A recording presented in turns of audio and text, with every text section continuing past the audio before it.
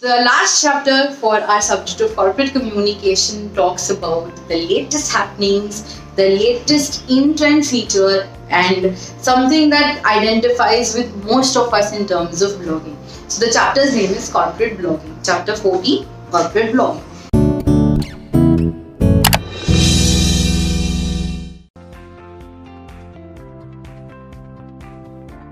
Now, what basically is a blog? Firstly, it is a short form of web blog, and it allows people to post certain feeds in the form of feed post or in terms of blog posts. So when somebody puts a blog post, it's known as that the person has started blogging. He's sharing his or her views, he's sharing his or her content with readers who have the similar mindset of the same parameter. And as per Webster Merriam Dictionary, it says that blog is basically an online platform that allows not just one but more than one author to speak about a specific topic in the form of a certain article or in form of certain comments. So I want to blog about, say for example, the recent trending thing with regards to the COVID situation and how we can manage this COVID situation. So my personal experience, the psychological experiences can be shared across in the form of a blog post, which will be gone on either of these platforms that gives you the facility to post. We have a lot of blogging websites that let you post. You post your content there, you post your views there, you post your ideas there, and people of the similar interest may like your article, may share your article, may share your blog, and at the same point in time also tweet about it, also comment on it, and increase your interactions. Blogs today have become an important SEO tool. SEO means search engine optimization. So when we were talking of e-brand identity and when we were talking about how corporate reputation is important, people also read a lot about your product and your information in the form of blogs. There are a lot of famous bloggers who use these particular product services and they give their reviews, and then people either agree to it, disagree to it, or probably they are in between, whether sometimes they have a positive feedback, sometimes they have a negative feedback. So blogs have become an important SEO tools where people looking for information or they want to read what people have to say and then make their purchase decisions. Now there are variants of blogs or types of blogs that we can talk about. Let's understand that each of it in detail. So an important parameter to corporate blogging, or to understand which are the different variants of blog, we can say that blogs can be defined in under 5 major variants, or under 5 heads we can break down the various kinds of types of blogs that are available. So the very first is based on what content is delivered or written. Okay, now it could be a personal blog, it could be a corporate blog, or it could be microblogging. What is the meaning of personal blog? Personal blog, as the name suggests, is about a private life of an individual, the ongoing activities with regards to it, or the ongoing comments with regards to it. Now what happens in ongoing commentaries means, for example, I am a well-known figure in the society and people want to know what's happening on my day-to-day life, right? Or we can say that Shobha Dey, she writes personal blogs, things that affect her, things that matter to her, things that she's connected to. So she can be one best example to understand what personal blogging can be all about. So the page name also speaks about Shobha Dey, the name of the page also is Shobha Dey, and she expresses her views, her life goings, what she is doing. Okay. So under the very first parameter of what type of content is written or delivered, we have the first blog, that is a personal blog. Second, as I said, is a corporate blog. Now this blog belongs to most organizations where they do not have one single blogger. They have multiple bloggers, more than one blogger basically, who write on similar themes and spread across their reviews on it.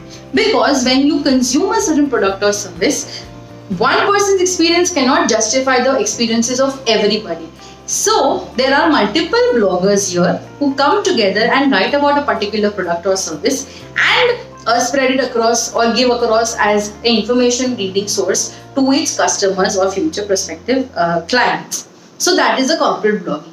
Then we move to understanding what is microblogging. Basically, there are posting of small pieces of information so that viewers get hooked to it and want to read a larger extent or a larger article of it. So just one picture with a certain caption or just a meme to know more, read more, or just when you have these microblogging, 10 ways of losing weight, and that's just that one picture and a fat and a thin girl. So what happens in that particular variation? You are able to convey a very strong message. You want to know what are the 10 ways to reduce weight, you just see the picture before after, you click on the particular website. So microblogging has become too much of trending now. Tweets, basically, Twitter is becoming one important place where people microblog a lot. They just write one line, and for more information on the same, they give you a URL where you have to read everything in detail.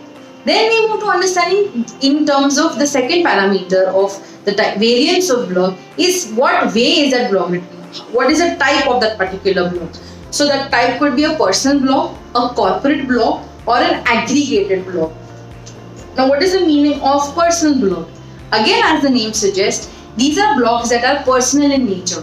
People who are good with writing poems, people who are good with writing microfiction stories, people who are good with writing short story, humorous story, funny stories, fall under the purview of personal blogs. So there could be a lot of people who have a flair for writing, who have a passion for writing. They express themselves in certain forms, in terms of poetries, in terms of essays, in terms of open letters, right? That falls under the purview of personal blogs. Then we have professional blogs, the corporate blogs. Now these are professional blogs where companies via these blogs aware the customers, the consumers and its various stakeholders about their products and services. So they market their products and services using these blogs, using write-ups for this particular blog. And the last in the types of blogs is aggregated blogs. What is the meaning of aggregated? Basically selecting the feeds of a particular trending topic and mixing the views for it, the positive views and the negative views for it, and making a blog of its own.